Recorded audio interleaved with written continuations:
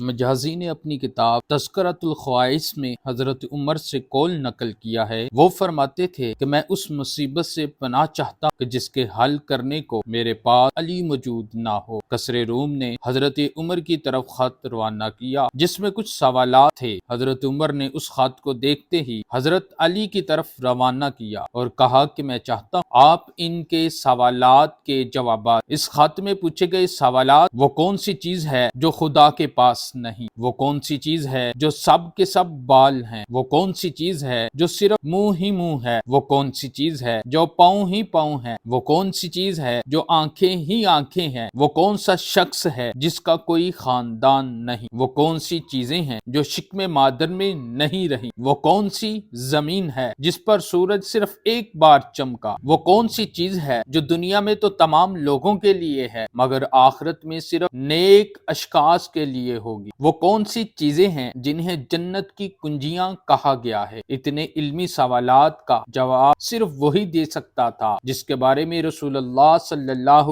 علیہ وآلہ وسلم نے فرمایا: انا مدینۃ العلم وعلی بابھا، میں علم کا شہر ہوں اور علی اس کا دروازہ ہے۔ ان سوالات کے جواب میں حضرت علی رضی اللہ تعالی عنہ نے کچھ یوں لکھا: وہ چیز جو خدا کے پاس نہیں وہ ظلم ہے، کیونکہ اللہ فرماتا ہے وہ ظلم نہیں کرتا۔ وہ چیز جو سب کے سب بال ہیں وہ ہوا ہے۔ وہ چیز جو صرف منہ ہی منہ ہے وہ آگ۔ وہ چیز جو صرف پاؤں ہی پاؤں ہے وہ پانی ہے۔ وہ چیز جو صرف آنکھیں ہی آنکھیں ہیں وہ سورج ہے۔ وہ شخص جس کا کوئی خاندان نہیں وہ حضرت آدم علیہ السلام، وہ حضرت آدم علیہ السلام ابو البشر ہیں۔ وہ چیزیں جو شکم مادر میں نہیں رہی وہ آدم، حوا، اسماعیل کا دمبا، حضرت موسیٰ کا عصا اور حضرت صالح علیہ السلام کی اونٹنی ہے۔ وہ زمین جس پر سورج صرف ایک بار چمکا وہ دریائے نیل کی وہ زمین ہے۔ حضرت موسیٰ علیہ السلام نے عصا مار کر راستہ بنایا تھا۔ وہ چیز جو دنیا میں تمام لوگوں کے لیے ہے اور آخرت میں صرف مومنین کے لیے وہ کھجور کا میوہ ہے جس کو آخرت میں مومنین ہی چکھ سکیں گے۔ وہ چیز جسے جنت کی چابیاں قرار دیا گیا ہے وہ کلمہ